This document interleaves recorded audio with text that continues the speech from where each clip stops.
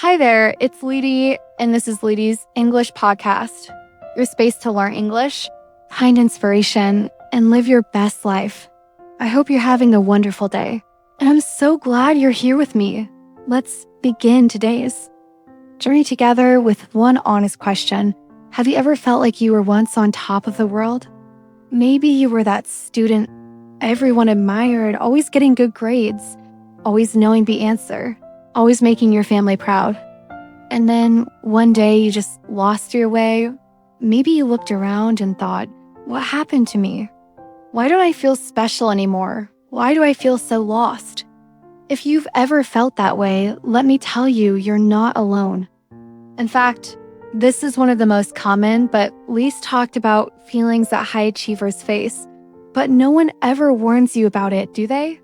No one tells you that after years of being the best, there might come a time when you feel like you don't know who you are anymore.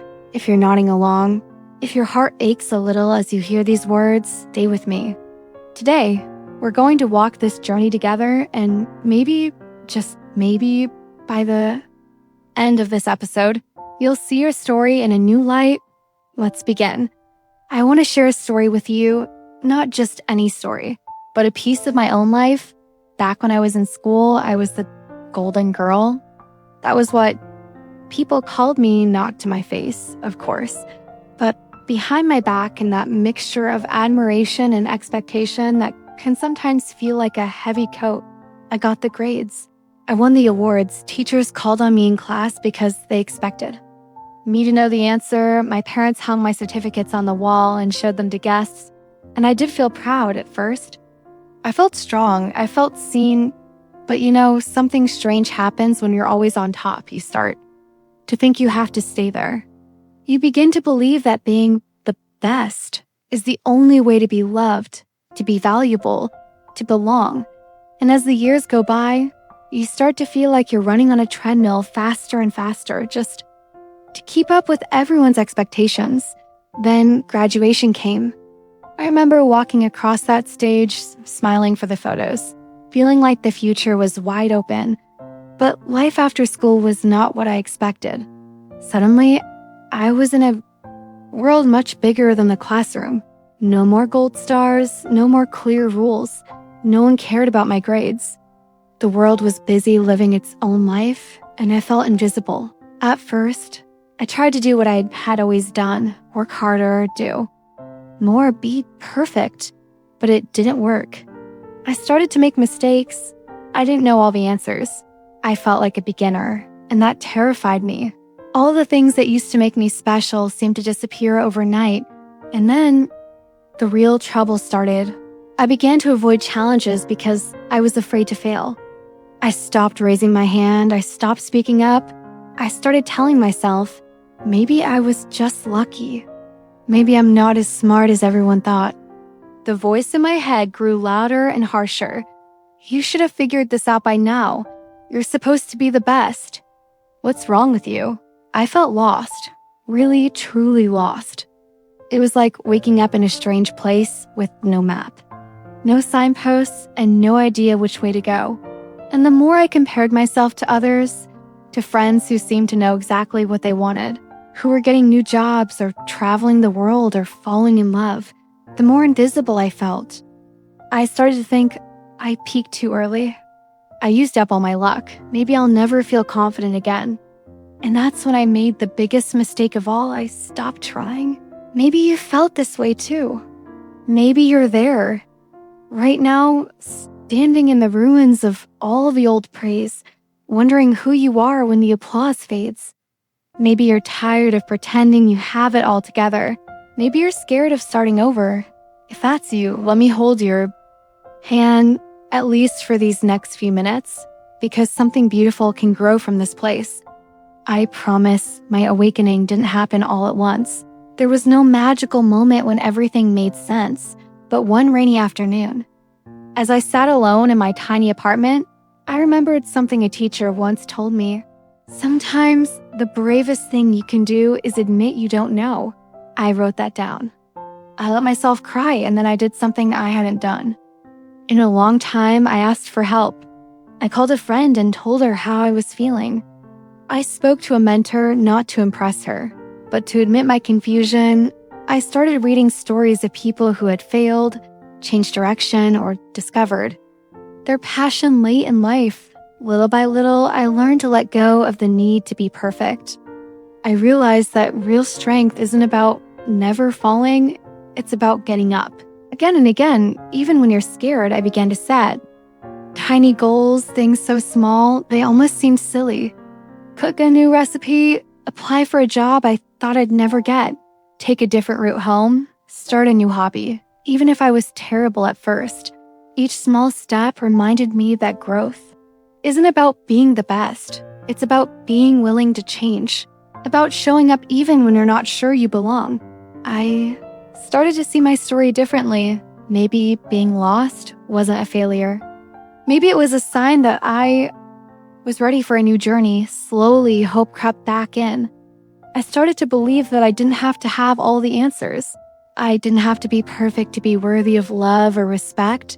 And one day I realized something amazing. All those years of being a top student had taught me how to work hard, but now life was teaching me how to be brave, how to be kind to myself, how to trust the process of growing up, what I wish someone had told me, and what I want to tell you now is that life isn't a competition. It's not a straight line. No one's keeping score but you. It's okay to feel lost sometimes. It means you're moving beyond the limits of your old world. It means you're growing. If you find yourself in this place, here's what helped me. First, stop comparing your journey to anyone else's. Everyone has seasons of confusion and doubt.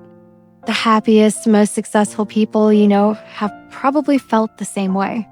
Second, practice kindness, not just to others, but to yourself. Speak gently to that scared part of you.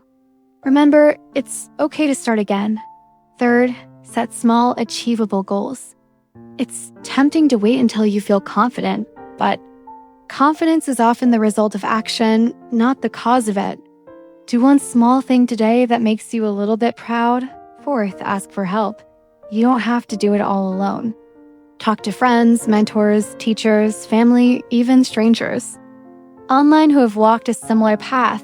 And finally, embrace the idea of a growth mindset. This means believing that your abilities and intelligence aren't fixed. They can grow with effort, learning, and time. If you were a top student, you already know how to work hard. Now is the time to learn how to be gentle with yourself, how to keep going even when you're not sure, and how to trust that the journey itself is worth it. Let's take a moment to look at some of the key English phrases from today's story and learn how to use them. Feel lost. This means to feel confused, without direction, unsure what to do next. Example, after graduation, I felt lost. I didn't know which path to take. On top of the world, to feel extremely happy, successful, or confident. Example, when I got my first job, I felt on top of the world, running on a treadmill, working very hard but not making progress. Example, I felt like I was running on a treadmill, never getting anywhere. Let go of the need to be perfect. Stop demanding perfection from yourself. Example, once I let go of the need to be perfect, I started to enjoy life more. Growth mindset. The belief that your abilities can improve with effort and learning. Example, with a growth mindset, you see mistakes as opportunities to learn. Bravest thing you can do is admit you don't know. It takes courage to be honest. About your doubts. Example, the bravest thing you can do is admit you don't know everything. Try using these phrases in your own sentences. Remember, language grows with practice. Just like confidence, now let's do a shadowing exercise. Listen to this short passage, then repeat after me, focusing on your pronunciation, rhythm, and emotion. Sometimes the only way to truly find yourself is to get lost for a while. That's when you discover what really matters. To you, try saying it with me a few times. Feel the words in your mouth. Let them become your own. So if you're feeling lost right now, I hope you know you're not alone. You are not broken. You are not a failure. You are simply in the middle of your story and the best parts are still ahead. The world is wide and your journey is just beginning. Take a deep breath. Set one small goal today. Reach out to someone you trust. Remember that the bravest thing you can do is keep going, even when you're unsure. And as you practice your English, every new word, every sentence, every time you listen or speak is another step forward on your journey. Thank you for being here with me today. If you found this episode helpful, share your story in the comments. And don't forget to subscribe for more inspiration, more learning, and more real stories from the heart. Keep growing, keep learning, and never forget, you are enough. Just as you are, this is Lety, and this is Lety's English Podcast, your space to learn English, find inspiration, and live your best life. Until next time, take care of yourself and keep moving forward.